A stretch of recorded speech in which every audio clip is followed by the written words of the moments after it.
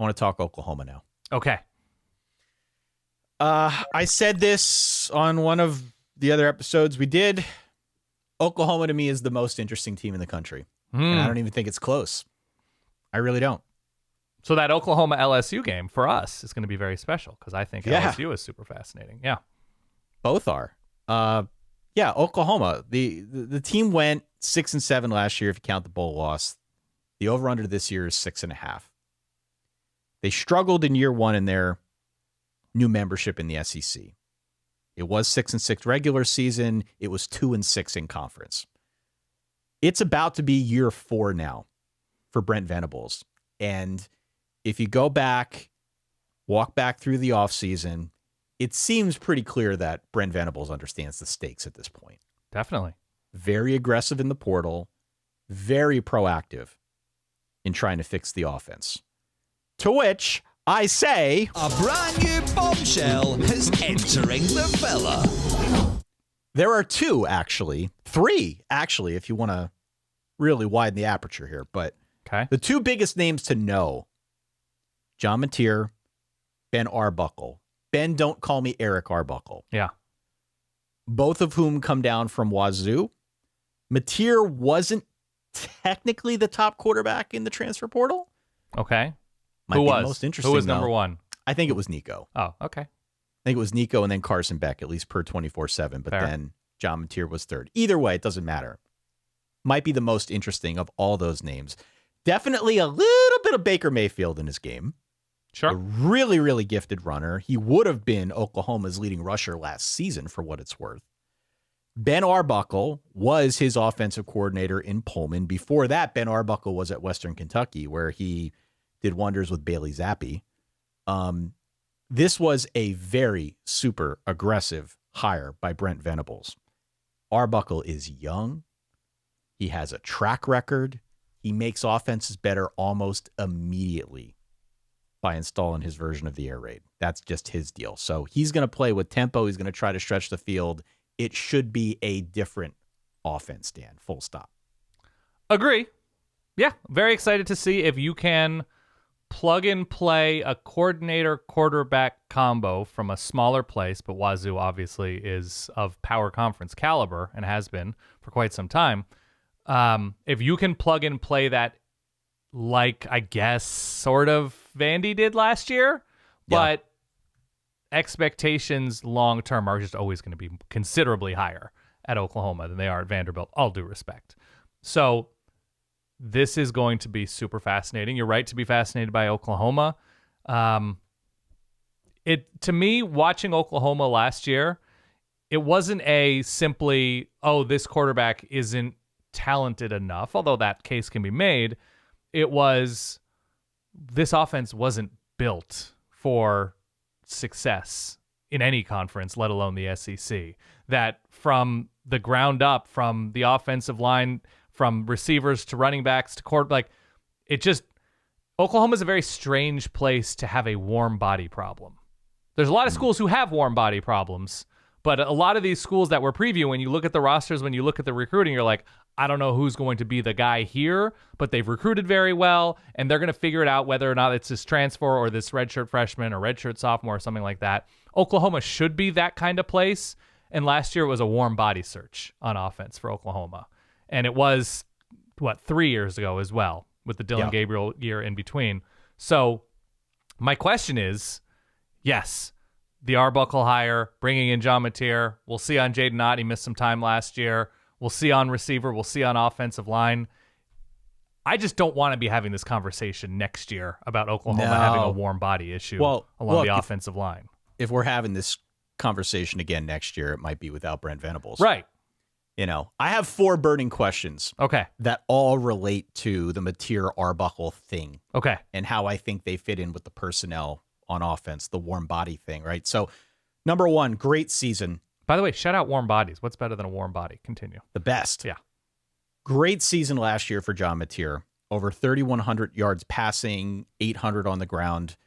Let's call it what it was, though. It was a Mountain West schedule. Yeah. So can he replicate that against a very tough SEC schedule? I think is the biggest question that we have to ask coming into this thing, because and it not is a bit of a surrounded, jump. right? And I was gonna say, and not surrounded by proven SEC talent. He's not plug and play around Justin Jefferson, Jamar Chase, No. guys like that. Continue. So that's the first thing. 2 is he's undeniably a really, really talented runner.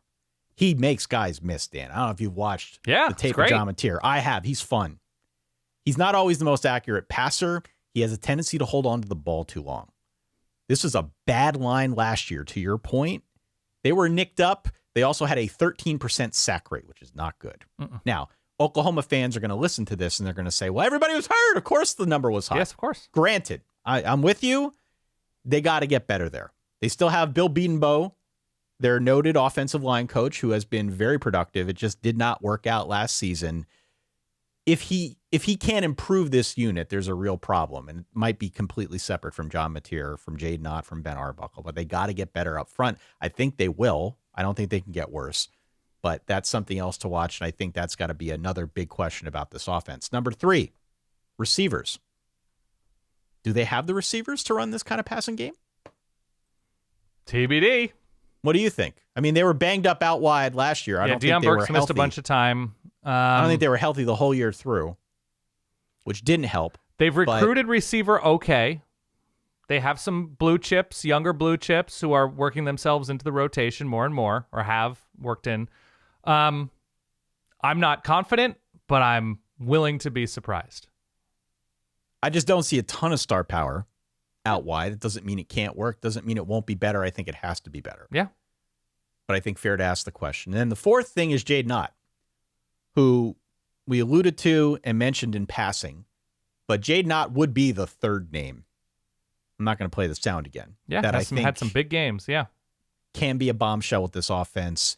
Has been very productive. Was more productive a couple years ago at Cal, but had some injury issues. And, there's a whole conversation around Cal that is separate from this preview episode. But how they integrate Jade Knott into this offense, which again is more of an air raid, remains to be seen and could be really interesting. I like Jade Knott a lot. Mm-hmm. I'm curious to see how he fits into this scheme that Ben Arbuckle is bringing down from Pullman. Agree. Those are my 4 big questions about this team, at least on offense. I have more questions about defense, but offensively, I think that's how I am trying to structure my thinking around Oklahoma. Yeah, I mean, that's the obvious question. And then the other obvious question is, if the offense improves, is not killer, but is competent, pretty good at times, how good must the defense be to win some of the bigger or the biggest games on the Oklahoma schedule? Because on all 3 levels, there seems to be star power to varying degrees. I think it should be a monster defense. I think it'll be a very good defense, monster defense, excellent defense, whatever. But if they're hung out to dry for long stretches, offense is going 3 and out a little bit too often, or getting off the field a little bit too quickly, or dealing with injuries once again, you're asking so much of this defense to get to 8 wins, right? No. You're asking so much. And so I'm curious, because they've recruited well, they've developed well, there's depth there, there's transfers there. But do they have to be a top 7 defense in America? Something like that? They might have to be. They might have to be. And I'll get to the schedule in a second. But to put a bow on the defense, it hurts to lose Danny Stutzman, who is kind of like the quarterback of that defense. It hurts to lose Billy Bowman, Woody Washington in the secondary as well. But otherwise, with what they have here, the defense is loaded. I mean, I see the line as a big-time strength. I'm not going to read through all these guys. You got an R. Mason Thomas kink? What's that? I said, do you have an R. Mason Thomas kink? Oh, of course. Yeah. No, there's a ton of production and obvious production and havoc on this roster. Absolutely. Peyton Bowen, they're really deep up front. They bring over, was it Marvin Jones from Florida State? The linebacker room is Kip Lewis, Kendall Daniels. Secondary looks okay to me. The Bowen brothers, Eli and Peyton, back there as well. So they just have so much depth on defense that I think they have potential to be really good. The problem, I kind of have a problem with your hair. It's bothering me. The Lorenzo Lamas Flaw Finder is out here for the schedule. This is the only SEC team that does not play any of the projected bottom 4 in the league. They've got road games at South Carolina, Tennessee, and Alabama. They've got the neutral site, or the Red River game against Texas. They host Michigan in week 2. They also host Auburn, Ole Miss, Mizzou, and LSU. This is a monster schedule. They do have a couple weeks off with like Illinois State and Kent State. But otherwise, Dan, this thing is loaded to the gills. Temple, they go to Temple. They're going to be in Eastern PA, Ty. They go to Temple if anybody wants to stop By on the by. way, Oklahoma fans, if for some reason you're going to that Temple game, Angelo's? Go to Angelo's, unbelievable. get the cheesesteak. Just get a hoagie anywhere. I think it's the sandwich capital of America. You can quote me. Continue. So this is going to be, I think, a very, very tall ask for this Oklahoma defense. And especially this offense, because there are a lot of good defenses that they have to play against. Sure. Oklahoma is going to be better, right? We agree on this. They got to be better than they were a year ago. Sure. The question is how much. And this is where I think there has been a pretty wide disparity in thought. I have seen some that have Oklahoma in the playoff, Oklahoma as a contender in the SEC.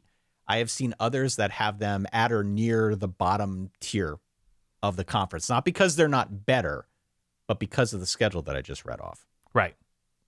Where are you at on that spectrum? What's the number again? Well, the over-under is 6.5.